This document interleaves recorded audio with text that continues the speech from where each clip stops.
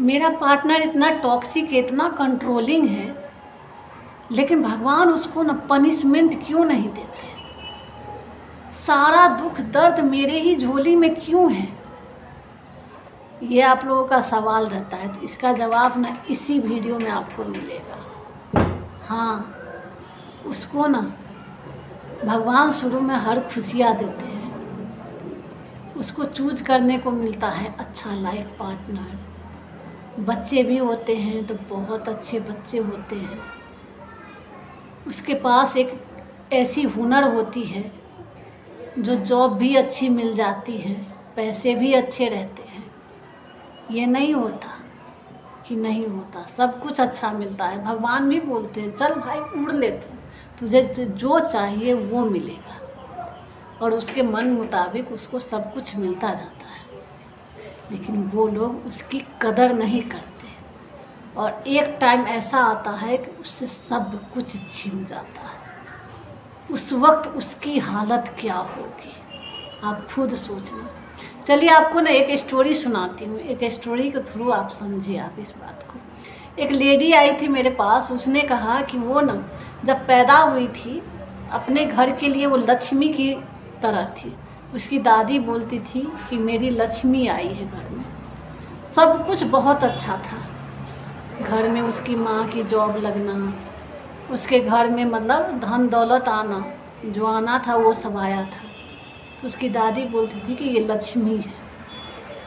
उसके बाद उस लड़की की शादी हुई, तो जो लड़की खुद अपने मायके के लिए लक्ष्मी थी, तो अपने हस्बैंड के लिए भी लक्ष्मी साबित हो सकती थी। अब वो ऐसी थी ना कि अगर किसी से बोल दे, ये नहीं कि वो सच्चे मन से किसी से भी बोलती थी। अगर कोई बोल दे कि देखो ना मेरा जॉब छूट गया है, कब लगेगा पता नहीं, तो वो अच्छे मन से बोल देती थी कि देखना तुरंत ही तुझे जॉब लग जाएगी। तो उसके दोस्त लोग बोलते थे कि हाँ मुझे लग गया, तू लक्ष्मी माता है, इसी तरह से बोल देते थे। वो भी हंसी में उड़ा देती थी, उसे नहीं पता था कि सच है या झूठ। लेकिन जब शादी हुई ना, तो आप जानते ही हो कि लक्ष्मी माँ किसी के घर में आए भी, अगर आप उसकी नाकदरी करो तो वो रूठ के तो चली ही जाएगी। तो शादी हुई तो शुरू में कुछ टाइम तो ठीक ही था, लेकिन उसका हस्बैंड वही कंट्रोल करना, टॉक्सिक भी है, पब्लिकली इंसल्ट करना, गुस्सा करना, ब्लेम शिफ्टिंग, ऐसा ही उसका था। तो उस घर में लक्ष्मी आई थी तो उसकी नाकदरी करेगी तो उसकी बढ़ोतरी कहाँ से होगी? तो उसकी बढ़ोतरी रुक गई। उसके बाद ना उसका बच्चा हुआ। बच्चा भी ना जब ये पेट में आया उसी वक्त से उसके हस्बैंड का प्रमोशन हुआ, वो आगे बढ़ने लगा। बच्चा भी लक्ष्मी के रूप में आया, पैदा हुई, घर में बहुत खुशहाली थी। लेकिन वही 2-3 साल बीता तो उसके बाद वही बच्चों पे भी वही शक्ति, कंट्रोल करना, गुस्सा करना, उसी तरह से करना। धीरे धीरे उसकी ना जॉब छूट गई। बाद में जा कर के बिजनेस में गया। बिजनेस में कुछ टाइम तो ठीक था, फिर बाद में बिजनेस में भी बहुत ज़्यादा लॉस हो गया। जितने उसके औकात नहीं थे उससे ज़्यादा उसका घाटा लग जाना, इस तरह से होने लगा।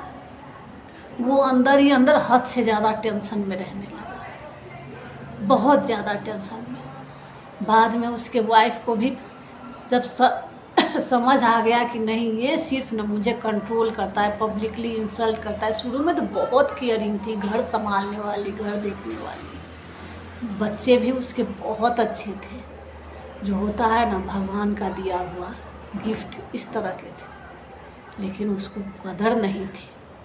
तो वाइफ भी टाइम तो लगा, लेकिन वो भी पूरी तरह से उसमें से अब अपनी सेल्फ रिस्पेक्ट के लिए लड़ना स्टार्ट कर दी। वो खामोश हो गई, उसके तरफ देखना बंद कर दी।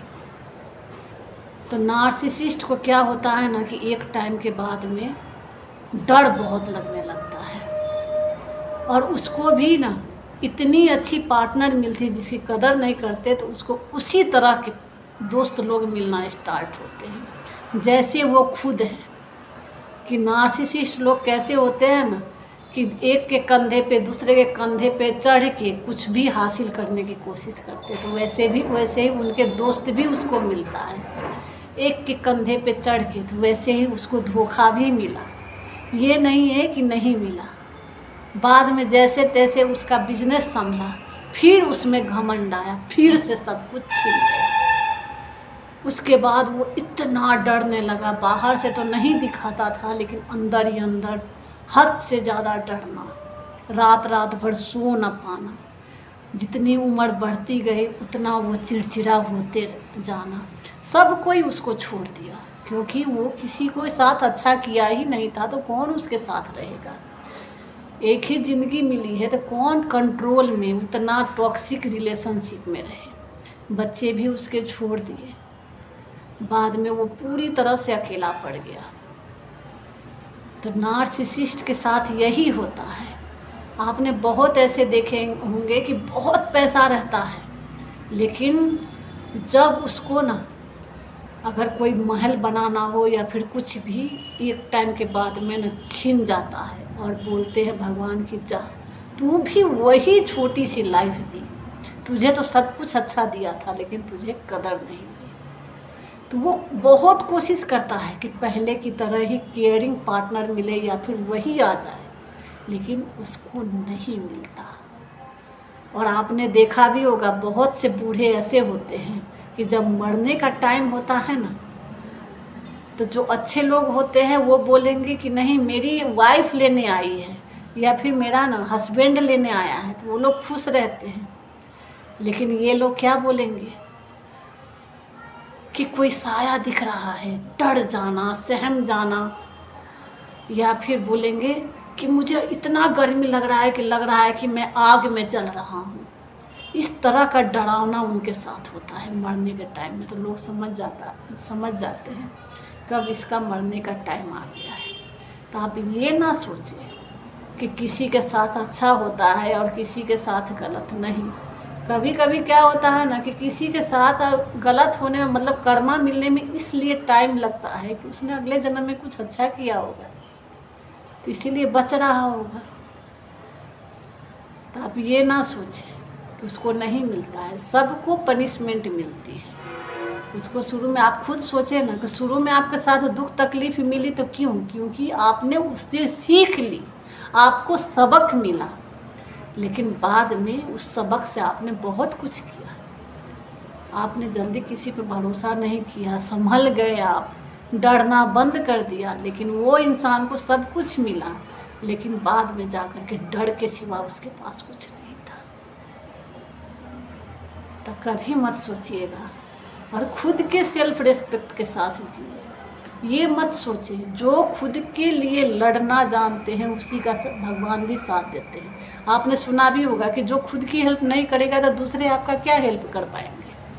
तो पहले आप खुद की हेल्प करें, उसमें से निकलने की कोशिश करें। अगर आपको पता चल चुका है कि आपका पार्टनर टॉक्सिक है, नार्सिसिस्ट है, तो भगवान सबको बराबर ही देखते हैं। ये नहीं कि किसी के साथ कौन माँ बाप न होते हैं जो कोई अपने बच्चे को बचा लेते हैं, या फिर कभी कभार ऐसा हो जाता है किसी के साथ, वो तो नहीं, लेकिन भगवान तो सबको देखते रहते हैं कि किसने गलत किया, किसने सही किया।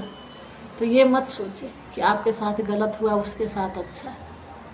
हो सकता है अगले जन्म में उसने अच्छा किया हो, इसीलिए बच रहा होगा। तो अगर आपको ये वीडियो अच्छी लगी हो तो लाइक, कमेंट, सब्सक्राइब ज़रूर करें, शेयर करें, जो दूसरे लोगों तक भी पहुँचे, जो वो लोग समझ सके और इस दुख तकलीफ़ से बाहर निकल सके। और साथ साथ में अगर कोई पॉइंट छूट गई हो और आप लोगों को लगता है तो आप यहाँ पे कमेंट करके बोल सकते हो कि मेरे साथ ऐसा हो रहा है, तो मैं उस पर ज़रूर वीडियो बनाऊँगी। और किसी को पर्सनल सेशन लेनी हो तो आप मेरे बायो में जाकर के व्हाट्सएप पर मैसेज कर सकते हो। और खुश रहा करें, एक ज़िंदगी मिली है, ना कि किसी के लिए बर्बाद करें।